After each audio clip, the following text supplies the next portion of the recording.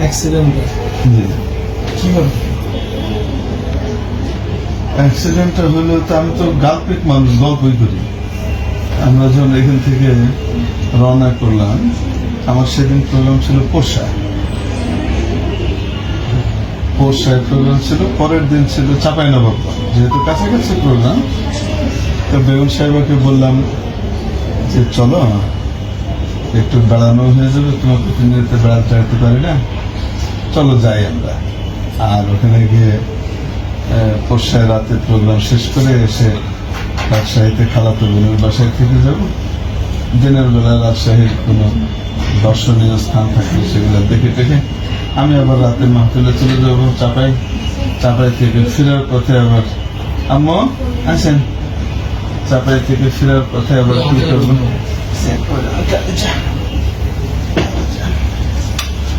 চাপাই থেকে ফেরার পথে তখন আবার তোমাকে নিয়ে চলে আসবো। এমনি তো ঘোরার মৌকা হয় না মাহফিলের ইয়েতে। সেই ইয়েতে এ সহকারে আর এর বড় বোন আর তার মা আর একজন রাহবার হিসেবে মুফতি সাইফুল ইসলাম সাহেব ছিলেন, সাথে আমরা রওনা দিলাম। তো আমার খুব ঘনিষ্ঠ মহব্বতের মানুষ, ভক্ত, ওনার একটা সুন্দর গাড়ি আছে। এখন যেহেতু আমরা ফ্যামিলি ট্যুরে যাব, একটু বড় গাড়িও দরকার। তো ওই ভাই প্রায় আমাকে বলেন যে হুজুর আমার গাড়িটা বাড়িতেই পড়ে থাকে, আপনি কোনো সময় কোথাও গেলে আমারটা যদি নিয়ে যান তো আমি খুশি হব। তো সোহেল ভাইকে বললাম যে ভাই যাবো একটু, তো উনি সাথে সাথে একদম গাড়ি পাঠাই দিলেন, আমরা রওনা হয়ে গেলাম। আল্লাহ মানে তো ফুড ভিলেজ আছে একটা এরিয়া, আপনারা তো জানেনই, যেখানে সব বাসগুলা থামে বগুড়ার আগে। হ্যাঁ, তো আমাদের ইচ্ছা ছিল আমরা বগুড়া শহরে নেমে নামাজ টামাজ করে খাওয়া দাওয়া করি। তো ফুড ভিলেজটা আমরা পার করে চলে গেছি। রাস্তাটা তো একেবারে পদ্মা হাইওয়ের মতো করা, মাঝখানে ডিভাইডার, ওই পাশের গাড়ি এ পাশে আসার কোনো সুযোগই নেই। আবার সাইডে ওয়াল দেওয়া আছে যেন বাহির থেকে কোনো গাড়ি ভিতরে ঢুকতে না পারে, এমন ভাবে সুন্দর রাস্তা। হঠাৎ আমরা একটা গাড়ি এই ফুড ভিলেজ পার হওয়ার মনে করেন 1-1.5 মিনিট পরে একটা বাস দেখলাম উল্টো দিক থেকে আসছে, কিন্তু যেহেতু এটা সমতল ভূমি দূর থেকে দেখা গেছে, তো গাড়ির ড্রাইভার সাহেব সুন্দরভাবে তাকে পাশ কাটিয়ে চলে গেছেন। এরপরে আমরা আরেকটা জায়গার সামনে আসলো, এটা কি যেন নাম, এটার যাই হোক, ওইটা মানে ফুড ভিলেজ থেকে ধরেন 3-4 মিনিটের দূরত্বে এরকম। ওখান থেকে আমরা ওই ওভারপাসে উঠবো, নিচ দিয়ে আন্ডারপাস, লোকাল আন্ডারপাস, ওভারপাসে উঠবো আমরা। এই উঠার একটু আগ দিয়ে এই উঠবো, ঠিক ওই সময় ওই পাশ থেকে একটা বাস মানে একদম জমদূতের মতো আমাদের গাড়ির উপরে এসে সর। আচ্ছা, আমাদের ডান দিকেও গাড়ি, আমরা বাম দিকে আছি, বাম দিকের লেনে আছি আমরা, ডান দিকে গাড়ি চলতেছে। তো স্বাভাবিক স্পিডে যেহেতু যাচ্ছে, তো যেগুলো বেশি দ্রুত যায় সেগুলো ডান দিক দিয়ে পার হচ্ছে, আমরা বাম দিকের ইয়েতে আছি, বাম লেনে। হঠাৎ করে এই বাস একেবারে আমাদের মুখোমুখি। এখন না আমরা ডানে যেতে পারছি, না বামে যাওয়ার ইয়ে আছে, একেবারে তার তলায় ঢোকার মতো অবস্থা। আমরা মোটামুটি কালেমা পড়ে ফেলছি, লা ইলাহা ইল্লাল্লাহ মুহাম্মাদুর রাসূলুল্লাহ, যে আমাদের আমরা সব পিছে যাবো আজকে। ফরচুনেটলি একটা রাস্তা আল্লাহ বের করে দিলেন, সেটা হলো ওই ওভারপাসে কেউ বাহির থেকে উঠতে হলে বা আন্ডার পাসে যেতে হলে সাইডের দেয়ালটা একটু কাটা ছিল ওই জায়গাতে, রোডস অ্যান্ড হাইওয়েজের তরফ থেকে ওই ফাঁকটা পাওয়া গেল, যে ওইটা দিয়ে কমপক্ষে সরাসরি মুখোমুখি সংঘর্ষটা থেকে বাঁচার জন্য ওইটাতে বেরিয়ে যাবে। কিন্তু ওখানে যে বেরোবে, ওখানে 30-40 জন লোক গাড়ি টাড়ির জন্য অপেক্ষা করে দাঁড়িয়ে আছে। এখন একটা গাড়ি 90-100 কিলোমিটার স্পিডের একটা গাড়ি 1 সেকেন্ডের ভিতরে তো আর ওইখানে ওই ব্রেকটা করতে পারবে না, এটা তো ছেঁচড়ে যাবে।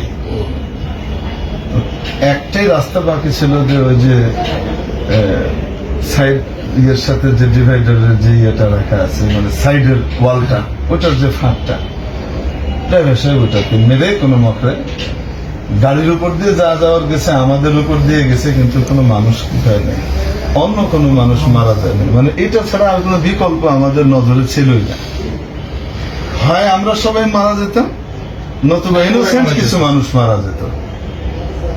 আমি ড্রাইভার সাহেবকে ধন্যবাদ দিই, তার এক্সপিরিয়েন্স অনেক, তো 20-25 বছরের এক্সপিরিয়েন্স এবং ভালো যেহেতু, তো আল্লাহ পাক আমাদেরকে বাঁচিয়ে দিয়েছেন। আমার পাঁজরের 3টে হাড় ভেঙেছে, ঘাড়ের এখানে এই যে শোল্ডারের এই বাটিটা ভেঙে গেছে, তারপরে পিঠে চিকন যে হাড় যেটা থাকে 3 কোনা ওখানে ভেঙেছে, আর পায়ে এই জায়গাতে গোস্ত একেবারে উঠে গেছে, এই জায়গাতে শুধু হাড় বেরিয়েছিল, আর চোখে এখানে 6টা সেলাই লেগেছে চোখে। এই বাচ্চাটার মাথার এই জায়গাটা ডেবে গেছে, এখন কি অবস্থা? এখন এই জায়গাটা নরম, এটা আস্তে আস্তে শক্ত হবে। ডাক্তার সাহেবরা বলেছেন, এটা শক্ত হয়েছে। ওইটা করার পরে সিটি স্ক্যান করার পরে আলহামদুলিল্লাহ যেটা হয়েছে, ডাক্তার সাহেব বললেন যে খুবই সৌভাগ্যের একটা বিষয়, এত বড় আঘাত পাওয়ার পরেও তার ইন্টারনাল হেমোরেজ হয়নি ভেতরে। এখানে আলহামদুলিল্লাহ। এখানে যদি হতো না তাহলে হতো না।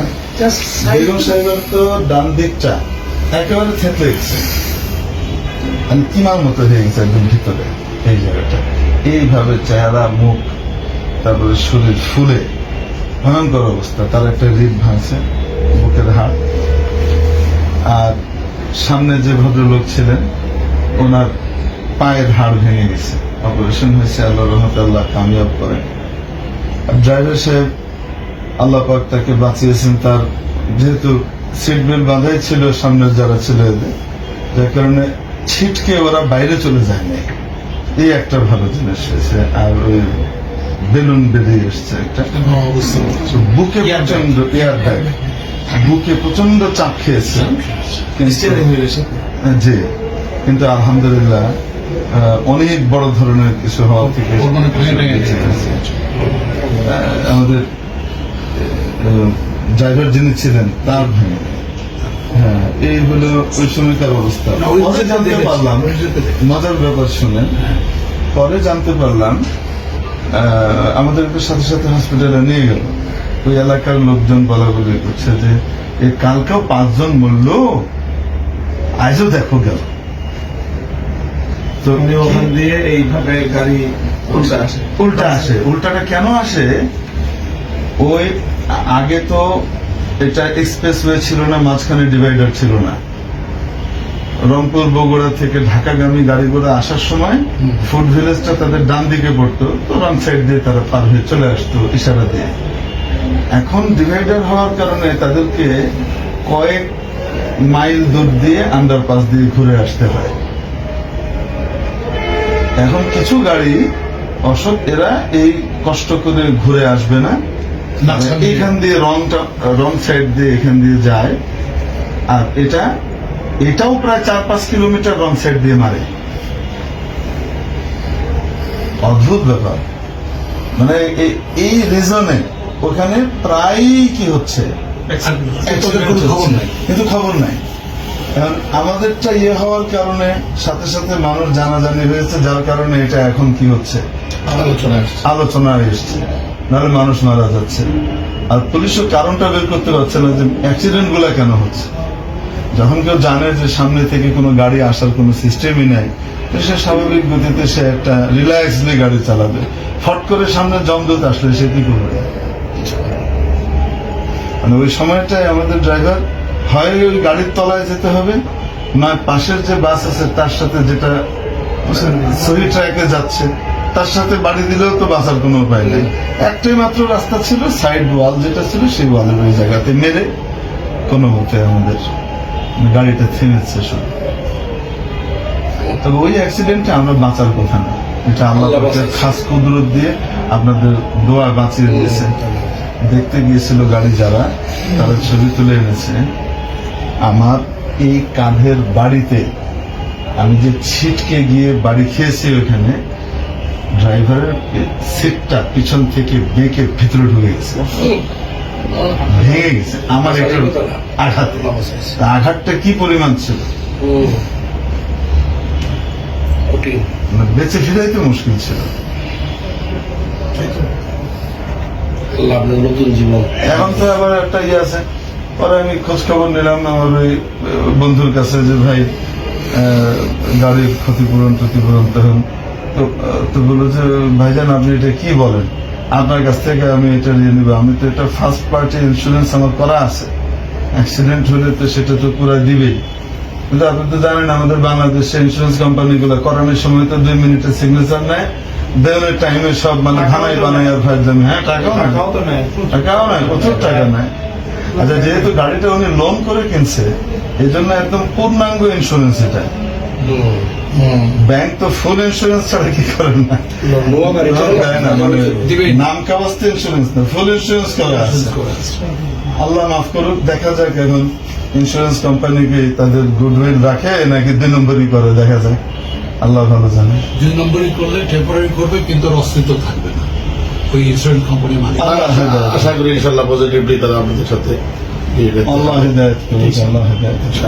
আপনার সাথে এটা আসলে তো আপনার সাথে শুধু করে গাড়ি না, বাংলাদেশে নিয়ম অনুযায়ী যদি আমাদের গাড়ি থাকতে চলে, হবে। আমি তো জানি যে যারা আরোহী সহ কি হয়, আরোহীর জানমালের ক্ষতিপূরণ সবকিছু সহ এটা কি করতে হয়, ড্যামেজ দিতে হয়।